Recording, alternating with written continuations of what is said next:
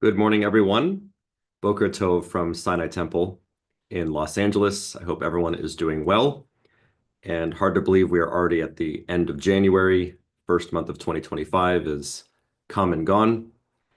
And thank you so much for joining me. We're going to gather today to take a look at Parashat Bo, Book of Exodus. And it's almost impossible not to acknowledge the continuing pain and suffering that our community has gone through with the devastating fires that have deeply impacted our community. Many of our families here at Sinai Temple and across the Los Angeles Jewish community have lost their homes entirely, and countless others still remain displaced or evacuated and are really trying to rebuild their lives, and they're facing overwhelming challenge in doing so. Many of them didn't know they had no time to evacuate or to take necessary items. We've been standing with many of our members and community members to really help them through this process, and I'm extremely proud of Sinai Temple and our schools that have all come together to not only raise money but to find necessary items to help donate and to be in touch with daily to provide housing, to provide meals, to provide shelter. Everything that we have, I'm very proud of our community. So this week's Parasha is Bo, and it's as I like to say, the Parasha sometimes chooses us because there's so much in here that can really speak to our community's response to crisis at this time in our lives. It speaks profoundly to moments of not only crisis but also transformation. Parashat Bo recounts the climactic events of the book of Exodus, and we've arrived at the final three plagues. We had the first 7 plagues in the previous Parsha of Va'era, not to be confused with Vayera, but Va'era. And so now we are encountering the last 3 plagues, starting at Exodus chapter 10. It's going to be the plagues of locusts, darkness, and Makat Bechorot, the death of the firstborn. And finally, that's going to lead to Pharaoh's surrender and the Israelites' liberation. But more than just talking about the plagues, Parashat Bo explores many beautiful themes. We have the themes of choice, of courage, and redemption in times of upheaval and uncertainty. Our community's current struggles mirror these themes in striking ways. Like the Israelites on the cusp of their journey, many of us are navigating the uncertainty of starting over, reclaiming agency in the face of adversity, and drawing strength from our shared faith and communal bonds. Today, we're going to explore how Parashat Bo offers both timeless wisdom and immediate relevance for us in this current moment. So let's first look at the final 3 plagues and look at how Pharaoh has a choice, or he has certain choices or doesn't choose amid this crisis, amid these crises. It's interesting. The Parsha opens chapter 10, verse 1. Vayomer Adonai el Moshe, Bo el Paro. Then Adonai said to Moses, go to Pharaoh. Ki ani hichbadati et libo ve'et lev abadav, for I have hardened his heart and the heart of his courtiers, leman siti ototai ele bekirbo, in order that I may display these signs among them. So that's Exodus chapter 10, verse 1. So the plagues in this parasha escalate dramatically, culminating in the death of the firstborn. But what stands out, especially over here, is Pharaoh's repeated refusal to let the Israelites go. This is the 8th, 9th, and 10th time, despite the mounting evidence of God's power. Pharaoh's hardened heart, as we read in this verse, has always been a perplexing aspect of the narrative.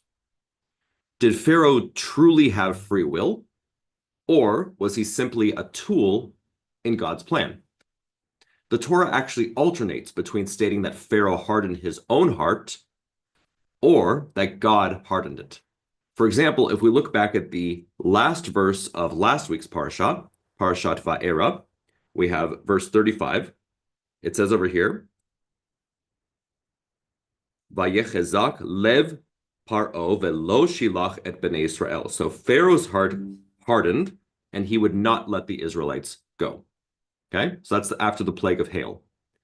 And then if we look ahead to 20 verses into chapter 10, right after the plague of locusts, it says over here, verse 20, there it is.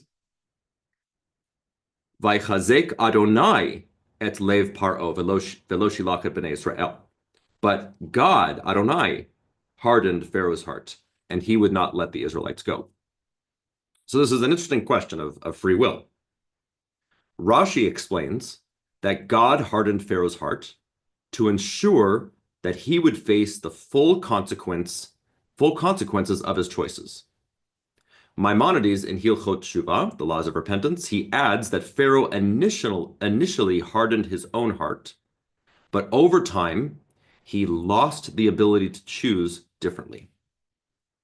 So this teaches us that repeated moral failings can lead to spiritual stagnation. In times of crisis, like the fires that have devastated our community, we too face choices. Will we harden our hearts, consumed by fear and despair, or will we open our hearts to the support, faith, and resilience that can carry us forward? Pharaoh's story reminds us that the choices we make in moments of challenge shape our character and our future. Now I want to move over to talking about the Israelites and their ability to have courage in the face of what was unknown to them. While Pharaoh's choices lead to destruction, the Israelites are called upon to make courageous and faithful choices that prepare them for redemption. Our Parasha this morning, Parashat Bo, introduces several mitzvot that require bold action, even in the face of fear and uncertainty. And so when we look in our Torah, we're already at the 10th chapter, and now we're actually moving to the 12th chapter of Exodus. So we have I think 35 chapters of Genesis and now another 12 chapters of Exodus. And it's only now that the Israelites are given their very first mitzvah, their very first commandment. And what is that? It's the beginning of chapter 12. Let's turn to chapter 12, verse 1. And it's an interesting one. It says over here, Vayomer Adonai el Moshe el Aharon be'eretz Mitzrayim lemor, hachodesh hazeh lachem rosh chodeshim rosh chulachem lechodshei hashana. So it says over here, the Lord said to Moses and Aaron in the land of Egypt, this month shall mark for you the beginning of months. It shall be the first of the months of the year for you. Speak to the whole community of Israel and say that on the 10th of this month, each of them shall take a lamb to the family, a lamb to the household. So over here, this commandment marks the beginning of a new chapter in the Israelites' story. Why? As slaves, their time, everything about their lives had been controlled by the Egyptians, their masters. Here, by sanctifying the new moon, remember that our calendar is a lunar calendar. Every Rosh Chodesh, every new moon is actually, every new month is a new moon. So when the moon is darkest and starts to grow again, that's the beginning of a Jewish month. By sanctifying the new moon, the Israelites reclaimed their time and began the process of rebuilding their own identity as a free people. So for those in our community starting over after the fires, this mitzvah offers a powerful lesson. Even amid devastation, we have the ability to sanctify time, to mark a new beginning, and to take the first steps towards rebuilding. And Heschel said it best, that we Jews make a sanctuary in time. We sanctify time rather than place. Yes, we have places that are, I guess, a little bit more holy, like, our synagogues and stuff too, but really, and our homes, of course, but it's really about sanctifying time.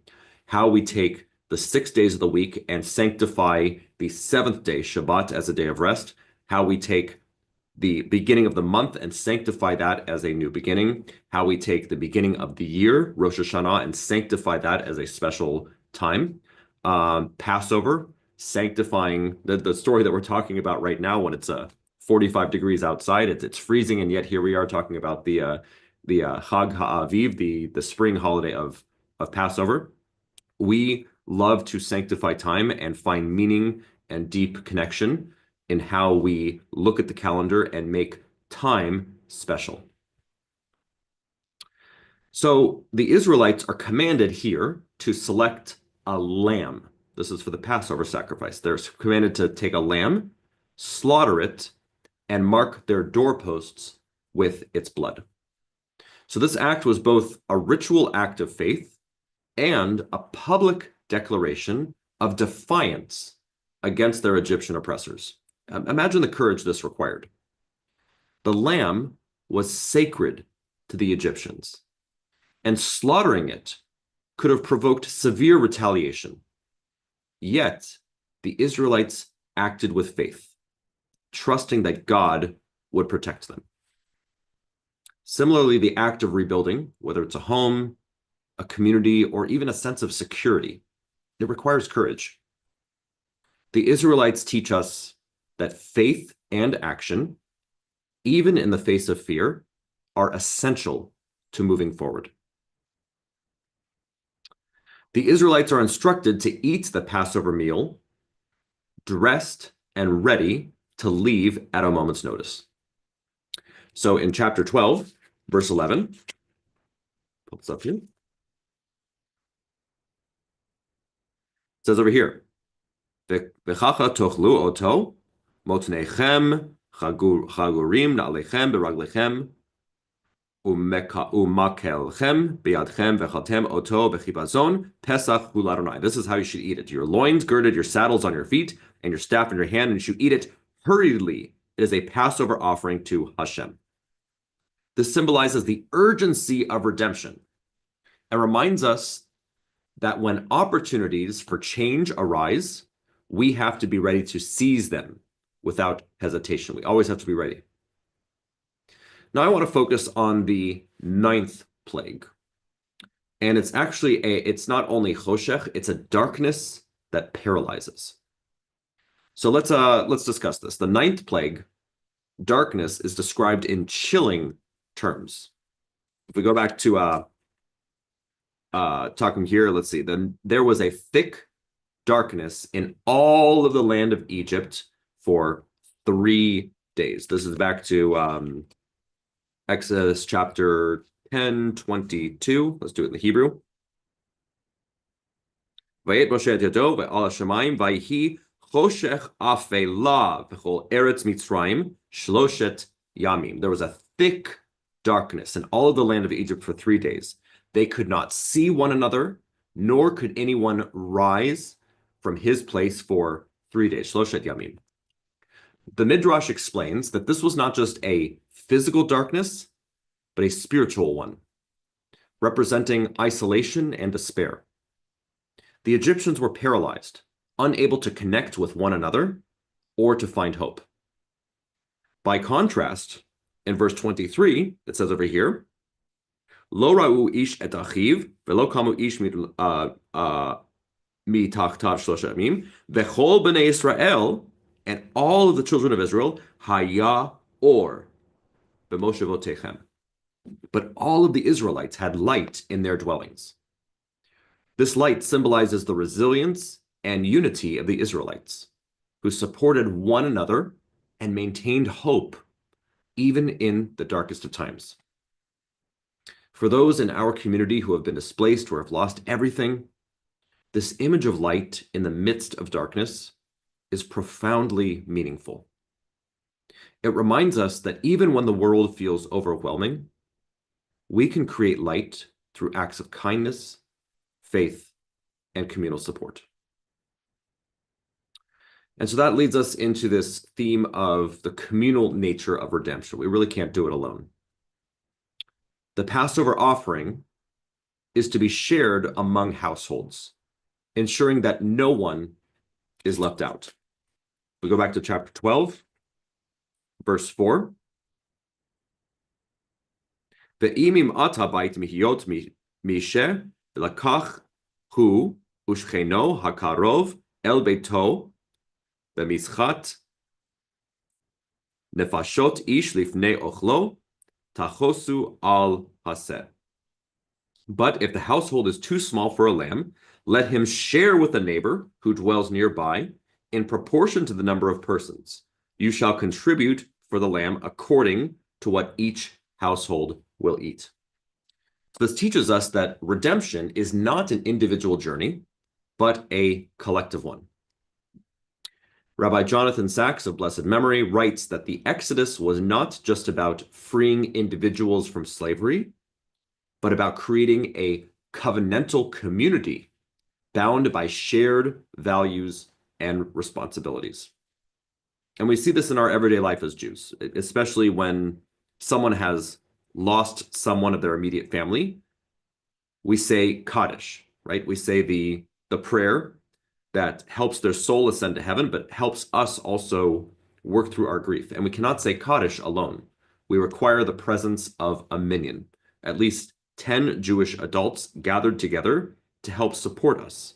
And it's the same thing for our prayer services too. There's many prayers that are called Dvarim Shebikdusha, prayers that may only be recited with the presence of a Jewish quorum, presence of a minyan. For example, the call to worship, the Baruch Hu, the public Torah reading, the Birkat Kohanim, the blessing of the priests, the Kedusha out loud.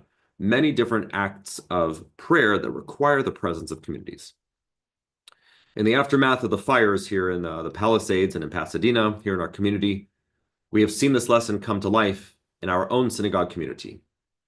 Families have opened their homes to those displaced. We've come together, as I said, to provide meals, clothing, and support. Redemption in this sense is about lifting one another up and ensuring that no one faces their struggles alone. While Parshat Bo recounts ancient events, its lessons are deeply relevant today. The themes of choice, courage, and community speak directly to the challenges we face as individuals and as a community. So I want to highlight 3 of these themes that we discussed today. Number 1, choosing light over darkness.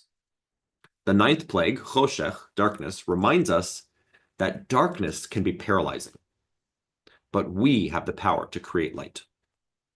In times of crisis, whether it's a devastating fire or even a personal hardship, we must ask ourselves, how can we bring light to those around us? Number 2, taking bold action. The Israelites' act of faith, the sanctification of the new moon, the Passover sacrifice, and the readiness to leave Egypt teach us that redemption requires action. Whether it's advocating for those in need, rebuilding after a tragedy, or even standing up for our values, we must act with courage and conviction. And of course, the importance of community. Redemption is a collective effort. Just as the Israelites shared the Passover offering, we must support each other in times of need. The fires have reminded us of the importance of community and the power of coming together to face challenges. So Parashat Bo is a story of transformation, of moving from darkness to light, slavery to freedom, and from isolation to community. It challenges us to make choices that reflect our highest values, to act with courage, and to build a community rooted in unity and purpose. As we reflect on Parashat Bo, let's draw inspiration from its lessons as we navigate the challenges of our time. May we find the strength to bring light into our lives and the lives of others. And may we work together to bring redemption closer for ourselves, our community, and the world. I wish everyone a wonderful day. Happy Tuesday, and thank you so much for